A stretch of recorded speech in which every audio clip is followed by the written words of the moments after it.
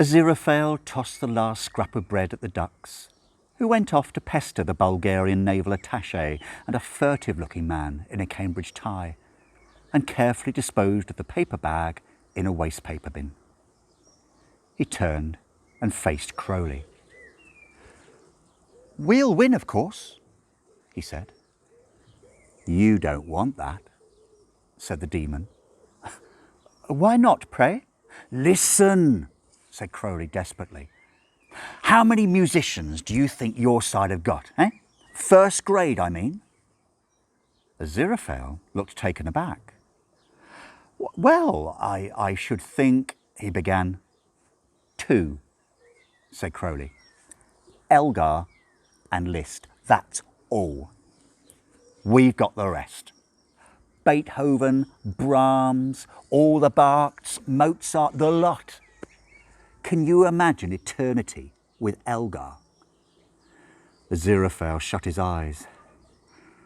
"All too easily," he groaned.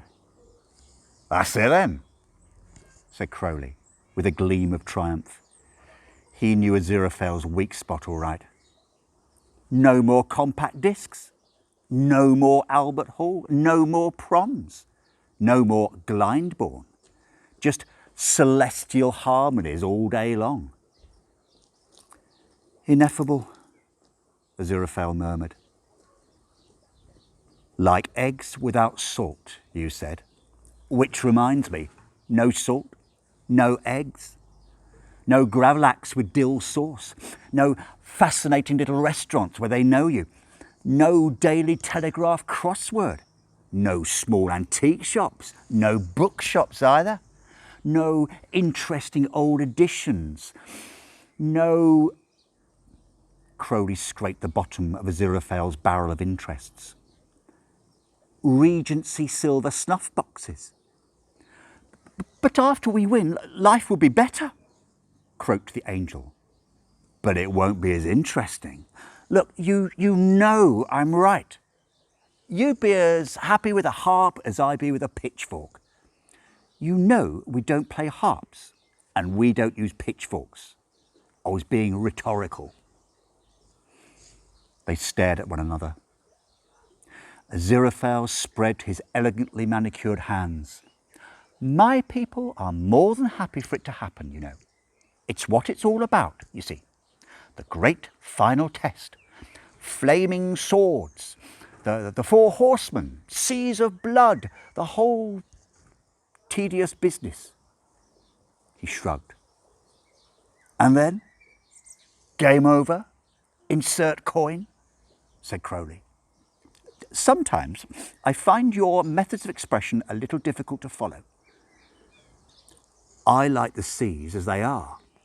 It doesn't have to happen. You don't have to test everything to destruction just to see if you made it right." Aziraphale shrugged again.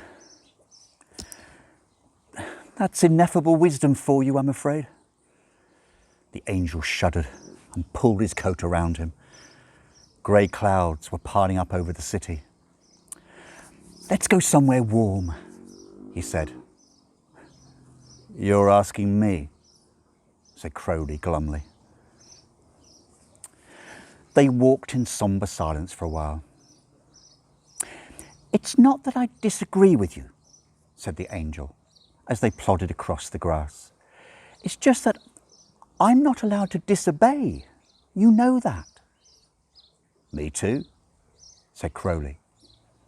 Aziraphale gave him a sidelong glance. "Oh, come now," he said. "You're a demon, after all." "Yeah, but my people are only in favour of disobedience in general terms. It's specific disobedience they come down on heavily." "Such as disobedience to themselves?" "You've got it. You'd be amazed. Or perhaps you wouldn't be. How long do you think we've got?" Crowley waved a hand at the Bentley, which unlocked its doors. "The prophecies differ," said Aziraphale, sliding into the passenger seat. "Certainly until the end of the century, although we may expect certain phenomena before then. Most of the prophets of the past millennium were more concerned with scansion than accuracy. Crowley pointed to the ignition key. It turned. "What?" he said. "You know," said the angel helpfully. "And the world unto an end shall come in Tumpty Tumpty Tumpty 1, or 2, or 3, or whatever. There aren't many good rhymes for 6, so it's probably a good year to be in." "And what sort of phenomena?"